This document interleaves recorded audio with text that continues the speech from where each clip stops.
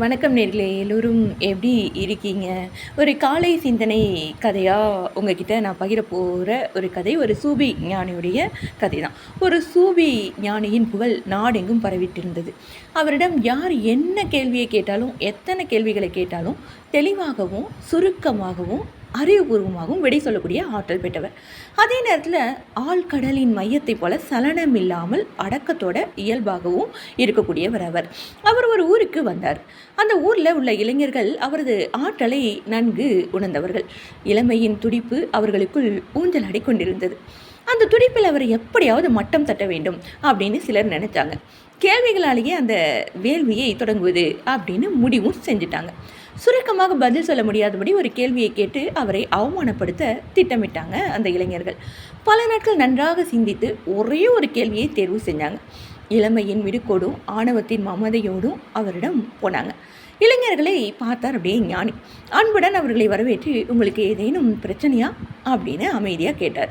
எங்களுக்கு ஒன்றும் பிரச்சனையெல்லாம் இல்லை, உங்களுக்கு தான் இன்று பிரச்சனை ஆரம்பமாக போகுது அப்படின்னு சொன்னாங்க அந்த இளைஞர்கள். அப்படியா, சரி சொல்லுங்கள் அப்படின்னு அந்த அமைதி மாறாமையே அந்த இளைஞர்களை பார்த்து கேட்டார் அந்த ஞானி. வேறொன்றும் இல்லை, நாங்கள் கேட்கும் ஒரே ஒரு கேள்விக்கு சுருக்கமாக நீங்கள் உடனே பதில் சொல்லி ஆக வேண்டும் அப்படின்னு அந்த இளைஞர்கள் சொன்னாங்க. சரி கேளுங்க, முயற்சி செஞ்சு பார்க்குறேன் அப்படின்னு அந்த ஞானி சொல்கிறார்.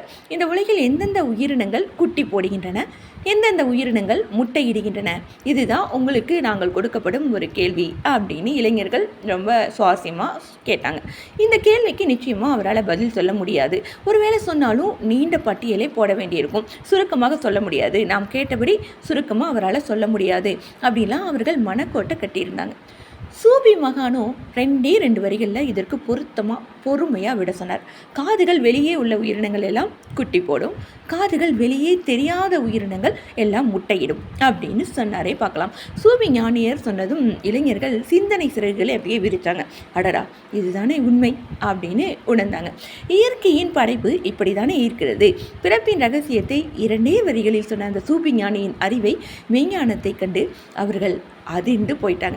இப்படி தான் பல பேர் அரைகுறையான ஒரு ஞானத்தை வச்சுக்கிட்டு ஒரு பெரிய மெய்ஞானத்தை உணர்ந்தவர்களிடம் கேள்விகளால் நாம் அவர்களை வெற்றி கொள்ளலாம் என்று நினைக்கிறார்கள் அல்லவா? அது எவ்வளவு பெரிய மடத்தன்மையானது என்பதை இந்த அருமையான கதையின் மூலம் சிந்திக்கலாம் அல்லவா? அருமை நேரிலே நாமும் மிகவும் அருமையாக மென்மையாக அதே சமயத்தில் உள் தேடலில் இருக்கும் பொழுது நிறைய மெய்ஞானத்தை உணர முடியும் என்கின்ற இந்த காலை சிந்தனையோடு உங்களிடமிருந்து விடைபெறுவது நான் உங்கள் அன்பு அறிவிப்பாளர் சகோதரி இளையவேணி கிருஷ்ணா.